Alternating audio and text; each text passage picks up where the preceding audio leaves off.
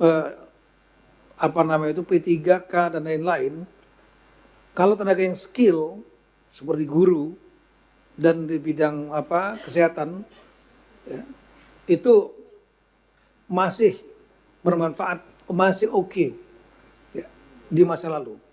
Tapi kalau untuk yang tenaga administrasi seringkali tidak kompeten, tidak memiliki kapabilitas. Ya mungkin bawaan dari pejabat-pejabat sebelumnya, kepala daerah, tim sukses dimasukkan di sana, datang jam 8, pulang jam 10. Pak, jadi saya tolong tadi diperintah oleh dikirim sama ketua jangan lebih 10 menit gitu. Baik. Ya, tapi data kita akan share. Kemudian, jadi tadi sudah sampaikan ini yang berapa daerah yang di atas, berapa yang di bawah, artinya dominan sudah di atas 30%. Kemudian apa langkah-langkah yang harus kita lakukan? Kalau kami kita melihat porsi pendapatan dan belanja, maka harus ada upaya di tingkat belanja pada level postur belanja, dan ada upaya pada postur pendapatan supaya 30% belanja pegawai ini tidak melampaui dari APBD yang ada. Nah, di belanja, di postur belanja, ya opsinya nomor 1 adalah mengurangi pegawai atau menahan pegawai. Artinya tidak ada rekrutmen baru, apalagi tenaga honorer. Honorer sudah di moratorium. Ini mohon betul untuk seluruh kepala daerah, harus tegas, tidak ada tenaga honorer baru. Karena ini tenaga P3K dan lain-lain, kalau tenaga yang skill seperti guru dan di bidang kesehatan, ya, itu masih bermanfaat, masih oke, ya, di masa lalu.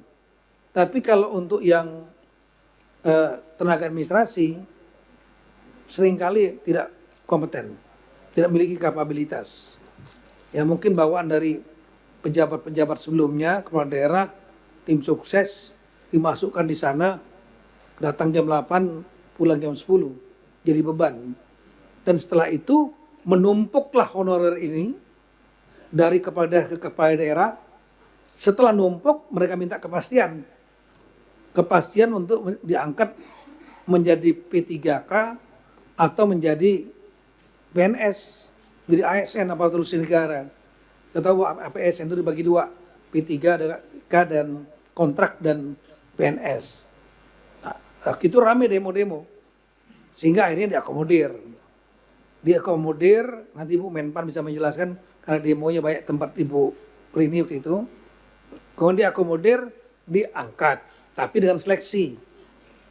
Akhirnya menjadi beban dan ditentukan dibiayai oleh APBD saat itu.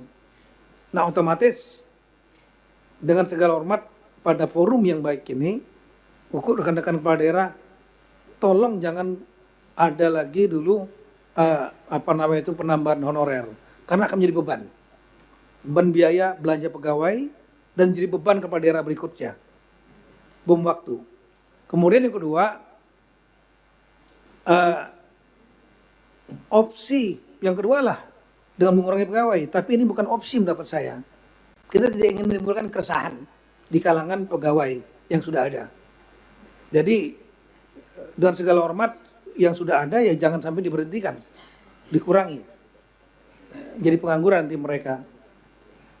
Nah, yang mungkinlah dibelanja TPP, tunjangan tambahan penghasilan pegawai, sama dengan kinerja, tunkin di tingkat pusat namanya kinerja, itu yang mungkin bisa disesuaikan dengan kemampuan keuangan daerah masing-masing.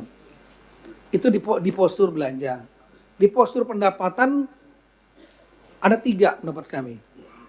Yang pertama adalah daerah harus berusaha untuk mendapatkan PAD, menambah PAD, tapi tidak memberatkan rakyat. Dan ini beberapa praktek banyak yang sudah bisa dilakukan oleh beberapa kepala daerah. Saya memberikan apresiasi yang tinggi kepada kepala daerah yang kreatif, tapi tidak memberatkan rakyat. Misalnya kalau boleh ditampilkan Pekanbaru, saya selalu memuji dan saya mengirimkan tim ke sana. Wali Kota Pekanbaru 2024 PAD mereka 800 miliar bisa menjadi 1,2 triliun. Sampai saya datangkan tim, apa resepnya? Resepnya ternyata mempermudah perizinan. Masyarakat juga banyak sebetulnya yang mau membayar pajak retribusi, tapi kemudian kadang-kadang dipersulit. Nah, akhirnya mereka nggak bayar karena dipersulit. Tapi begitu dipermudah mereka bayar. Ini dibuktikan oleh Wali Kota Pekanbaru. Yang lain saya mengapresiasi sebenarnya Banyuwangi.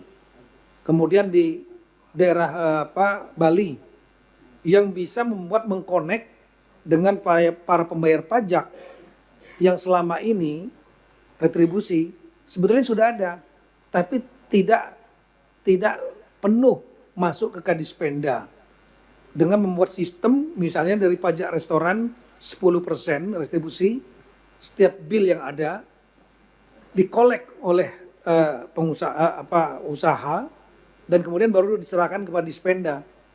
Nah ini nggak sepenuhnya masuk kadang-kadang.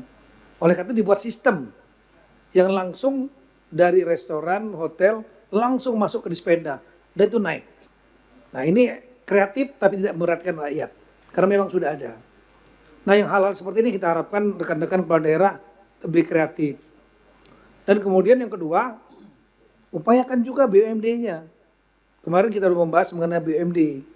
BUMD banyak yang untung, tapi juga 60% untung. Tapi juga banyak juga yang rugi, lebih kurang 30-an%. Nah ini kepala daerah juga harus bisa memperdayakan agar BUMD menjadi instrumen untuk menambah pendapatan. Nah yang ketiga adalah otomatis TKD yang harus ditambah. Kita sudah mencatat lebih kurang hampir 140 daerah pada saat retreat di Jatinangor dengan seluruh sekda, ya karena sekda ini paham teknis. Tolong rekan-rekan kepala daerah yang sudah jam terbangnya tinggi, oke. Tapi kalau jam terbangnya masih baru dan gak cepat beradaptasi, ya nanti kalah dengan laporan-laporannya sekda, kepala Bapeda dan BKAD, ikut aja. Padahal sebetulnya masih banyak yang bisa dikerjakan kreatif gitu.